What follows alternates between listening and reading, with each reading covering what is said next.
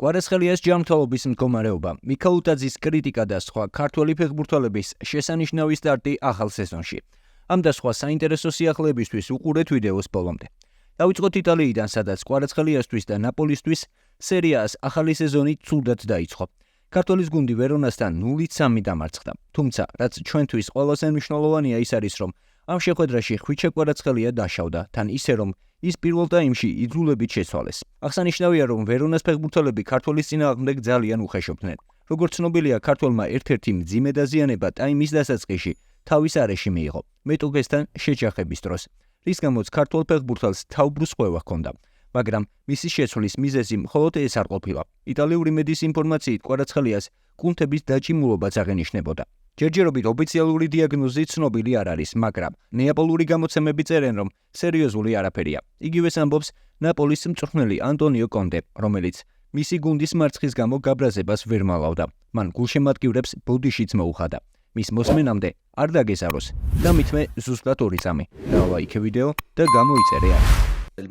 კვარაცხელიამ დარტყმა თავის არეში მიიღო და იძულებული გახდა შეცვლა მოეთხოვა.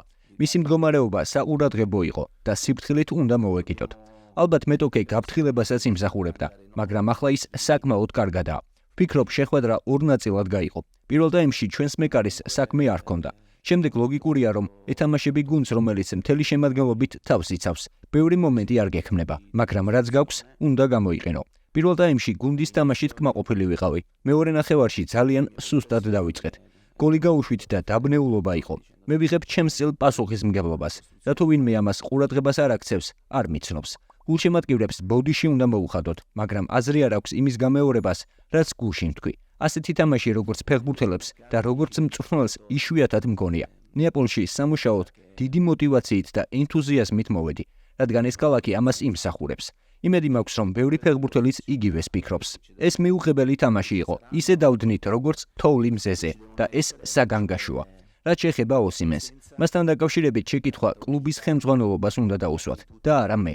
ოსიმენი პრესესონზე ცალკე ვარჯიშობდა. პირველივე დღიდან ამ სიტუაციაში მაყურებლის როლში ვარ. თუმცა, ნებისმიერი ფეხბურთელის მიუხედავად, გუნდს მეტი სურვილი და მონდომება უნდა ჰქონდეს. სირთულეებში ძალიან გვიჭირს და ეს სერიოზული პრობლემაა. თუ კონტეს და იტალიურ მედიას დაუჯერებთ, საბედნიეროდ ქართველი თავს კარგად გრძნობს. უფრო მეტიც, ლაგაზეტას ინფორმაციით, ფეხბურთელი ტვინის შერყევასაც შეამოწმეს და მისი ამჟამინდელი მდგომარეობა სტაბილურია. გუნდთან ერთად ვარჯიშს ჩვეულებრივად განაახლებს და მომდევნო შეხვედრისთვის მზად იქნება. ასე რომ, ამ მონაცემებით, ერთ კვირაში, როცა ნაპოლი ბოლონიას უმასპინძლებს, ხვიჩამ თამაში უნდა მოახერხოს. მალე გამოჯამრთელება და წარმატებები ვუსურვოთ ხვიჩა კვარაცხელიას. ნაპოლის მსგავსად, ლიგა 1 ცუდად დაიწყო ლიონმაც, სადაც გიორგი მიქაუტაძის ოფიციალური დებიუტი შედგა. ლიონის საფრანგეთის ლიგა 1-ის პირველ შეხვედრაში სტუმრად რენთან 0-3 განადგურდა. სამწუხაროა ის ფაქტი, რომ მიქაუტაძეს გოლის გადანის კარგი შანსი ჰქონდა, მაგრამ მან 11 მეტრიანის გამოყენება ვერ შეძლო. მისი დარტყმული მეკარემ მოიგერია. მიუხედავად გაცუდებული 11 მეტრიანისა, გიორგი მიქაუტაძე ბევრს აქტიურობდა და შეხვედრაშიც შეუცვლელად ითამაშა. შეხვედრის შემდეგ ისაუბრა ლიონის მთავარმა მწვრთნელმა პიერ საშმაც, რომელმაც აღნიშნა, რომ 11 მეტრიანის ვერ გამოყენებამ გუნდზე ფსიქოლოგიურად იმოქმედა. გადავწყვეტ მომენტში კარგად ვერ ვითამაშეთ. პირველი გოლი ჯარიმიდან გავუშვით, რომელიც ფეხბურთელზე მოხვედრის შემდეგ გავიდა. შემდეგ შეცდომა დაუშვით და მეორე გოლიც მივიღეთ. ამ ყველაფრის მიუხედავად გვგრძნობდი, რომ პირველ ტაიმში იმას ვაკეთებდით, რაც გვსურდა. მეორე ტაიმში შეტევა გავაცლიერეთ და პენალტიც მივიღეთ, რომლის არ გამოყენებამ ჩვენზე ფსიქოლოგიურად იმოქმედა. ბოლოს კი ინიციატივები კარგად ვერ ავიღეთ, რის შემდეგაც მესამე გოლი გაგვიტანეს.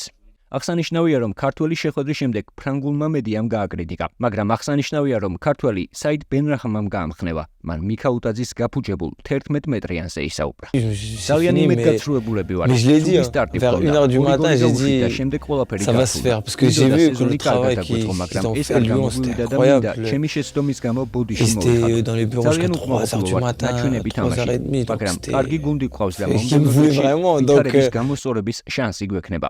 მიქაუტაძის პენალტს რაც შეეხება, ეს ფეხბურთია და 11 მეტრიანი ყველამ შეიძლება გააფუჭოს. გიორგი პროფესიონალია, რომელიც სხვის არ ჩამოუშვებს და გოლებს გაიტანს. სამწუხაროა, რომ დღეს ვერ შეაგდო, მაგრამ გოლები აუცილებლად მოვა. ეს მხოლოდ მისი პირველი შეხვედრა იყო. შეგახსენებთ, რომ ლიონს შემდეგ ტურში რთული შეხვედრა ელის. მიქაუტაძის გუნდი 24 აგვისტოს სახლში მონაკოს დაუპირისპირდება და იმედია, რომ გიორგი ამ შეხვედრაში შეძლებს თავის გამოჩენას.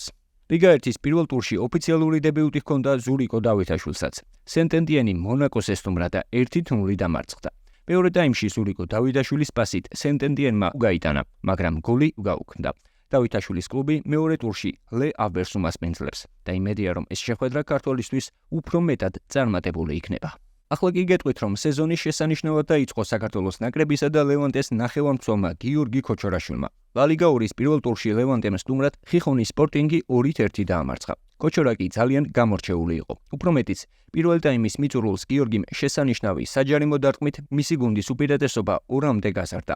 ჯარიმა ისეთი პოზიციიდან იყო, ყველა ჩაწოდებას ელოდა, რაც ლოგიკური იქნებოდა, მაგრამ ქოჩორამ კარში დაარტყა და ბრწყინვალე გოლიც შეაგდო. ამ გოლის გარდა უნდა აღინიშნოს, რომ ქართველი მოედნის ყველა წერტილში იყო და ჩვეული ბრძოლის უნარიანობით გამოირჩეოდა. ლევანტე ლა ლიგა 2-ის მეორე ტურში 24 აგვისტოს კადის უმასპინძლებს. მორიგი გოლი გაიტანა ბუდუ ზივზივაძემას. კალცრუემ გერმანიის თასის პირველ შეხვედრაში ლოტე 5-0 გაანადგურა და შემდეგ ეტაპზე გავიდა.